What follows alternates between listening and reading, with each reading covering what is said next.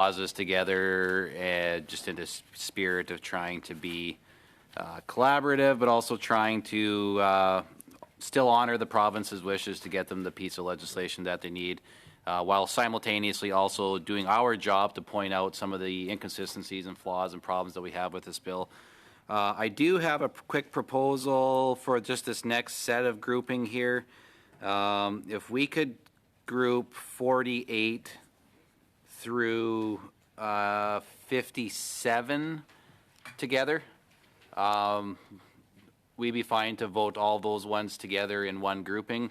There are a couple other pieces that we would like a recorded vote on after that, or a couple clauses after that that we would like to parse out separately. But as far as grouping a few together, I think we'll, if I have unanimous consent from everybody around the table for Clause 48 through Clause 57 to be the next grouping that we vote on, I'd be happy to move that. Thank you.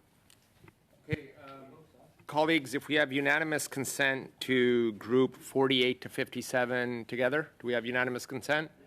We do. Okay, so shall clauses 48 to 57 carry? Call the vote. Roll, please. Mr. Aldag? Yes. Mr. Bruson? Yes. Mr. Batiste? Yes. Madame Lapointe? Oui. Mr. Serbar? Yes. Mr. Dreeshen? Yes. Mr. Tolmie? Yes. Mr. Passer? Yes. Ms. Stubbs? Yes. Mr. Simard? No. Mr. Angus? Yes. 10 yeas, 1 nay. That's carried. That's clauses 48 to 57 carried. We'll now proceed to clause 58. Shall clause 58 carry? Please call the roll, please. Mr. Aldag? Yes. Mr. Bruson? Yes. Mr. Batiste? Yes. Madame Lapointe? Oui. Mr. Serbar? Yes. Yes. Mr. Dreeshen? No. Mr. Tolmie? No. Ms. Passer? Mr. Passer? No. Ms. Stubbs? No. Mr. Simard? No. Mr. Angus? Yes. 6 yeas, 5 nays. Clause 58 is carried. We'll now proceed to clause 59. Shall clause 59 carry? Call the vote, please. Mr. Aldag? Yes. Mr. Bruson? Yes. Mr. Batiste? Yes. Madame Lapointe? Oui. Mr. Sorbara? Oui. Mr. Dreeshen? No. Mr. Tolmie? No. Mr. Patzer? No. Ms. Stubbs? No. Mr. Simard? No. Mr. Angus? Yes. 6 yeas, 5 nays. That's carried. Clause 59 is carried. We'll now move to new clause 59.1, and we'll go to BQ 12. Monsieur Samad. Donc, yes, once again, to follow up on what I said at our last meeting, there is a very clear will we've heard from many interveners, I think, with Norma Mousseau, a professor at the University of Montreal and scientific director, and some representatives of First Nations who came to tell us that they would a transition draft in the context of the energy transition, which would give priority to low energy or low emission projects. So the Bill C4 amended by having line 15 on page 36, the following clause of 59.1, the 137.2, if more than one application is made under section 138 or 138.01 for the same area, the regulator shall take the following factors into account in making its decision. A, the objectives and obligations set out in the Canadian Net Zero Emissions Accountability Act, and B, proposed or potential renewable energy projects in that area. 2, if applications are made for both a petroleum-related work or activity and a work or activity relating to a renewable energy project in the same area, the regulator shall give priority to the work or activity relating to a renewable energy project. I think that this amendment will allow us to make this bill more appropriate for the renewable energy project environment. To Mr. Drishan, and then I'll go to Mr. Sorbera after. Go ahead, Mr. Drishan. Perhaps the folks from the department could answer this. When we speak about the objectives and obligations set out in the Canadian Net Zero Emissions Accountability Act, do those deal with the full life cycle emissions that take place from the start of the project until the end? As I've mentioned in many cases, if we're not going to speak about the actual emissions in the development, the building, the transportation, and everything else, then how does it really tie into a net zero emissions metric? And so that is my concern.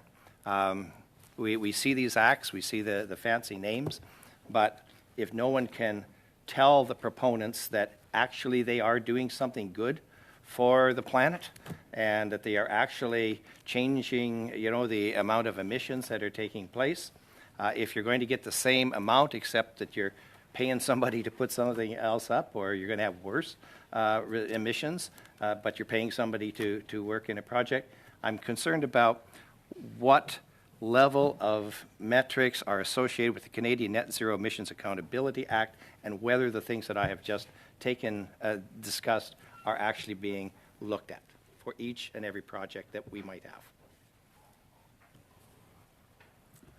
Mr. Chair, thank you for your question. I hope that I followed it enough to be able to say that, unfortunately, I don't think your panel here from NRCan can answer that question. I really don't have any insight into specifically what's in that act that you reference. And Who could we speak to? I mean, you're a department official, so you must have a network somewhere. Who could we speak to in order to get that type of information? Just one moment. I'm going to check here.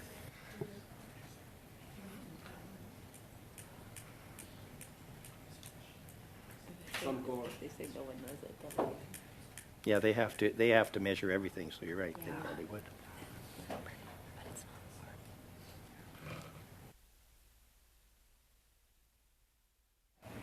I'm sorry. I wish we had some insight. We'd have to come back. I mean, we could speculate. It seems like maybe it would be one of our, other departments that you would expect, but and I we'll have to appreciate come that. back. I'm sorry. Sure. Whether it be industry or whomever, I mean, we know that there is a footprint for anything that is out there.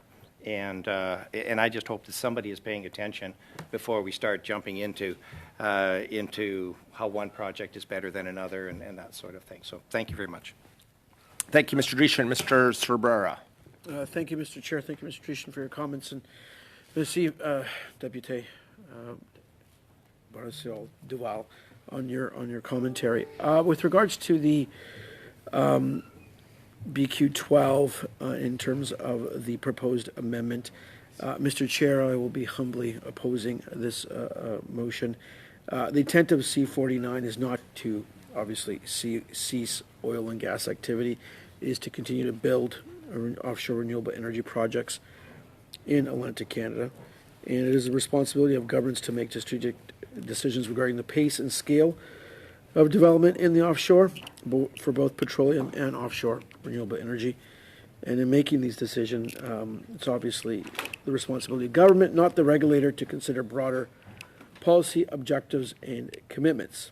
This is beyond the scope of what was negotiated with the provinces, and it is unlikely that the provinces would support this. So with that, I would be opposing to BQ 12. Thank you, Chair. Thank you, Mr. Sorbera. We'll now proceed to Mr. Angus. I pass. Okay. As we have no other speakers, we will now proceed to BQ 12. Shall BQ 12 carry? Call the roll, please. Mr. Aldag? No. Mr. Bruson? No. Mr. Batiste? No. Madame Lapointe? No. Mr. Sorbara? No, and I see Mr. Simon. Mr. Drishan? Separate from Bell is 59. Mr. Tobin? No. Mr. Patson? Nope. Ms. Stubbs? No. Monsieur Simard? Oui. Mr. Angus? No. 1 yea, 10 nays. BQ 12 is defeated. We'll now move to Clause 60. Shall Clause 60 carry? Please call the vote. Mr. Aldag? Yes. Mr. Bruson? Yes. Mr. Batiste? Yes. Madame Lapointe? Oui. Mr. Sorbara? Yes. Mr. Dreeshen? Yes. Mr. Tomey? Yes. Mr. Patzer? Yes. Ms. Stubbs? Yes. Monsieur Simard? No. Mr. Angus? Yes. 10 yeas, 1 nay. Clause 60 carries. We'll now proceed to Clause 61. BQ 13. Just 1 second, please. Donc, il devient caduc que je le présenterai pas. No, I will not be proposing this amendment, sorry.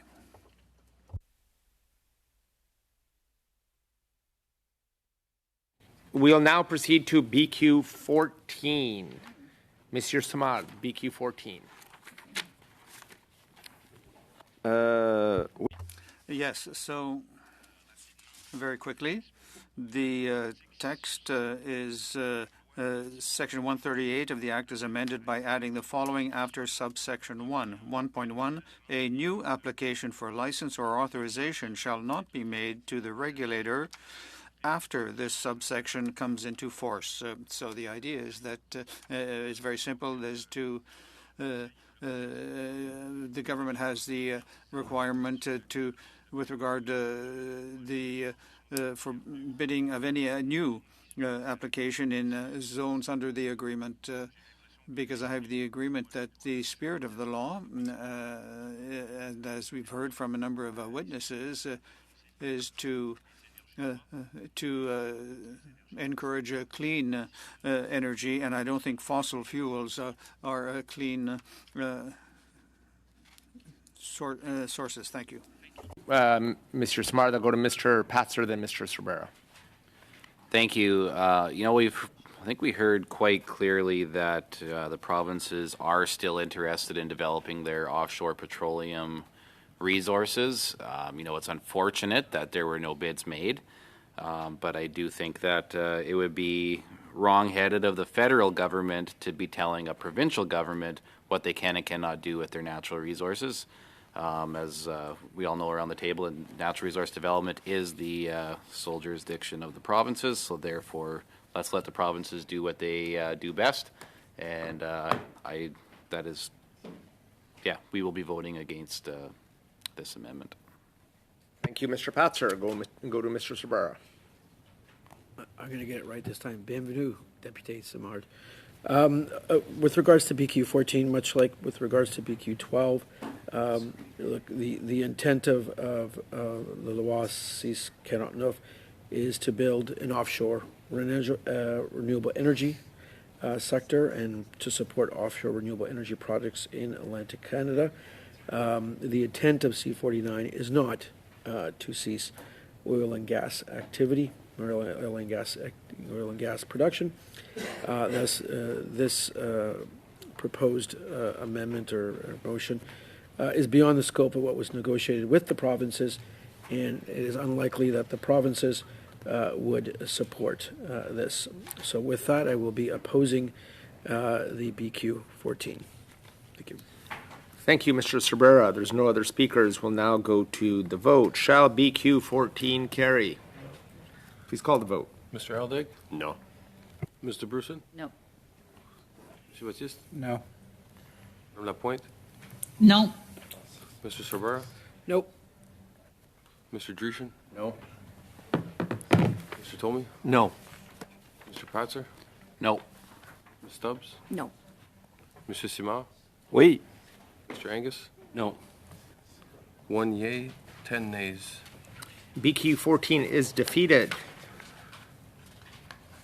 We'll now proceed to shall clause 61 carry? Please call the vote. Mr. Aldag? Yes. Mr. Bruson? Yes. Mr. Batiste? Yes.